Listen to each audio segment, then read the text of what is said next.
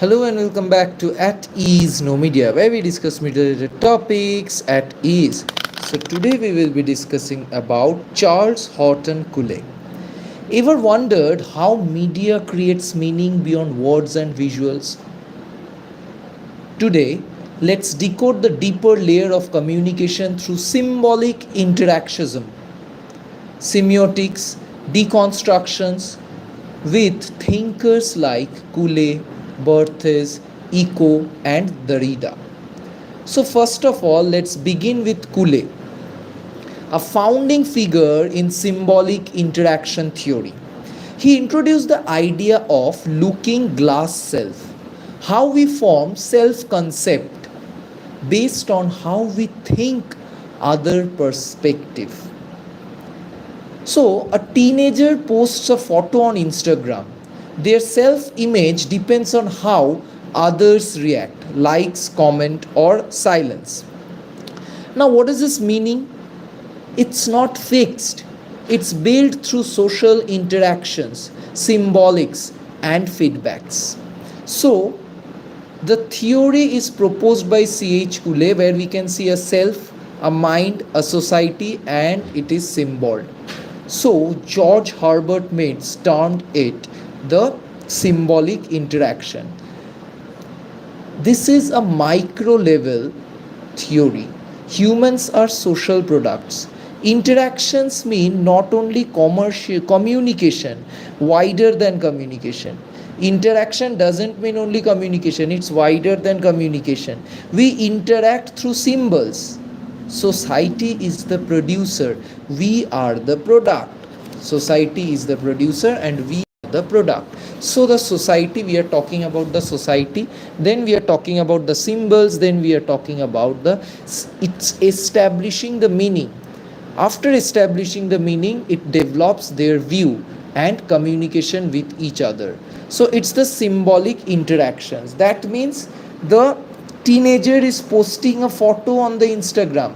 Their self image depend on how others react. Is it 5 million views or not?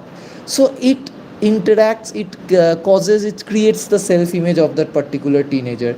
Not only teenager, this is a common issue nowadays. Now next we will be moving to Roland Barthes. It's the semiological system. Barthes developed a two-order system of sign. So now we are talking about signs and code. So he developed two-order system of signs. Denotation equals to literal meaning. Connotation a cultural or emotional meaning. Example, a red rose. If we talk about red rose, it denotes a flower and it connotes love, passion, romance.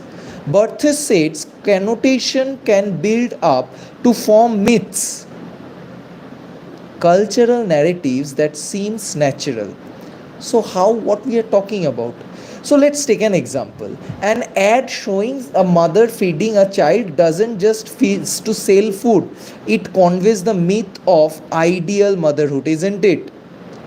So if we talk about the myth, if we talk about myth, then what is myth? That is the connotative part, the denotative part, and then comes the myth. So myth is a type of speech, nothing else. Myth is not a falsehood in the context. It is a culturally constructed. In research we have talked about construct and concept, right? So myth is a cultural concept, narrative or idea that is actually accepted as common sense or natural, even though it's actually ideological. Myth cannot be natural, it is ideological. It is subjective, right? So now if we talk about how myth work, there are three order of significance. One is denotation, one is connotation, and another one is myth. Denotation means the literal meaning, a picture of a soldier saluting. It denotes a man in uniform raising his hand. And connotation means associated or cultural meaning. Connotes means bravery. Connotes means patriotism. Connotes means sacrifice. So what is myth? Myth is the broader ideological meaning presented as natural. The notion is always worth dying for, right? So now if we talk about the next part, that is the code, the message, the anchor and the relay. So what it is nothing but a message is crafting. All right. So a message, while crafting a message in image, we have what we have now. We will be talking about anchorage and relay. So in images, anchorage refers to how text directs viewers to a specific meaning. How the text, how the viewers are encoding. The moment we are studying about culture, the moment we are talking about semiotics, these things must be kept in mind. So relay is when text and image work together to build meaning. So let's take an example. In a comic strip, visuals and dialogues work in relay. In a news photo, a caption anchors the interpretation of the image. Denotation means literal level, connotation means cultural level, myth means ideology presented as natural truth. Just learn this and understand this. The moment I am talking about denotation, it's the literal meaning. The moment I am talking about connotation, it's the cultural meaning. And the moment I am talking about the ideological presentation, it's the myth. Now we will be talking about the next part, which is about this one, that for Roland Barthes, myth is a system of communication. Mythological concepts are basically promote stereotyping. There is two lists given. Number one, if we call about this mythological concept of stereotyping, we have C.S. Priest, we have Ferdinand de Saussure, we have Roland Barthes, we have Stuart Halls. And the second generation, we have this list is from the C.S. Priest is from USA, we know Ferdinand de Saussure from Switzerland, Roland Barthes from France, Stuart Halls from Great Britain. Now we will be talking about Umberto Eco. He is from Italy. His book named The Theory of Semiotics in 1976. Now the concept of aberrant decoding proposed by him. His book focuses on various approaches to the analysis of text. How text, this is a part of content analysis, how text is analyzed. So Eco said texts are actually open. They allow multiple, what they allow multiple interpretations. How we are interpreting, that depends on us, right? That is literature, that is the interpretation part. So he introduced aberrant decoding. What is the meaning of aberrant decoding? Sender কিছু বলছে, receiver অন্য কিছু বলছে. This is the Bengali term. The sender is saying something and the receiver is decoding something else. So this particular thing, the aberrant decoding, as far as NTA-UGC net is concerned and the keywords are concerned, we can say that Umberto Eco states that aberrant decoding, that means when audience interpret text differently than the creator. Indeed, a satire ad might be taken literally by some viewers. This shows that communication is never fully under control. Now we will be talking about Claude Lévi-Strauss. Lévi-Strauss concept of sign. Lévi-Strauss myth and meaning as built on binary opposition. They are setting it as a binary opposition. Why binary opposition? Because good versus evil, life versus death, nature versus culture. In media, superhero versus villain, rich versus poor. He emphasized that meaning comes from differences, not things themselves, but how they retreat. All right. Now we will be talking about Sir Edmund Roland Lynch. That is the closer differentiation. All right, the color part. We are talking about a color part. So Lynch, an anthropologist, explored color differentiation in culture. Color are culturally coded sign, not universal. Red means love in West, but can signify danger or luck elsewhere, isn't it? So it's the color psychology. He applied structuralist idea to media. Meaning is not the object but the construct. Last we have Jacques Derrida, the deconstruction. Derrida challenged the idea of fixed meaning. He argued all texts have internal contradictions, isn't it? Karl Popper once said every theory holds true until it's falsified. So we have studied that in research. But in this particular deconstruction means Derrida challenged the idea of fixed meaning. Nothing is fixed. No meaning is fixed. It's depending on the receiver, how we are interpreting it, right? We call it the difference. Meaning always differed and dependent on context, right? In that movie PK, we have seen acha, acha, acha, acha. So in the different phonetics we have different meaning. In the different context we have different meaning of the same word acha. So literally, the word freedom means different things in a political speech versus in a perfume ad. It can be financial freedom, it can be freedom of the society, it can be freedom from struggle, it can be freedom, any freedom. So the word freedom denotes something different according to the context. This is what the cultural study is saying.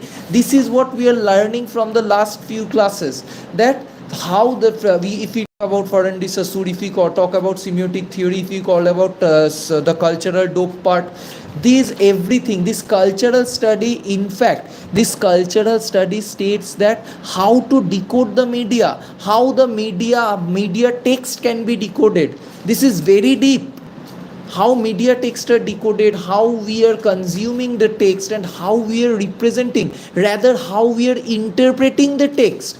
That is the semiotics, that is the cultural study. And different authors, different people have stated different things, different theories. Ronald Barthes, we have C.S. Priers, we have Ferdinand de Saussure, we have Stuart Hall, and we have Umberto Eco, we have Sir Edmund Roland Lynch. Now we are talking about Jacques Derrida. So if we consider Jacques Derrida's work, it's the difference meaning differed and the dependent on context. So the word, as I have discussed just now, the freedom word, which means different things in political speech versus a perfume advertisement. So deconstructions helps us see how media manipulates science to guide or confuse interpretation. Now, why this matters, understanding these theories helps media students. How? Because critically analyze message. The moment we are studying about research, the moment we are studying a context, a text, content analysis, then these particular things are vital, right? It's the decode propaganda or bias, the understanding cultural influence or meaning, the explore the power of language, visuals in shaping reality. Now the concept, if we talk about the concept of very important concept, the connotation part, the denotation part, these are the part and these are the work. So to conclude, what we can say, the why this is important, which we have already discussed from the research perspective, from understanding of media perspective. So this connotation denotation part, the key takeaways are the myth, the ideology tool like common sense. Recognize myths in media helps in becoming critical consumer, not passive one. All right, so understanding myths gives us the power to question the naturalness of message and to uncover what ideologies media is trying to sell, knowingly or unknowingly. Okay, to wrap up, what we can say, so today we are wrapping up the concept of semiotics, wrapping up the concept of culture. So this semiotics, this culture is pretty much deep, isn't it? So how to understand it? We will be understanding it by the models, which we have already discussed. Hence these all things we must understand from the perspective of NTA UGC NET and WB SET. The concept must be very much clear.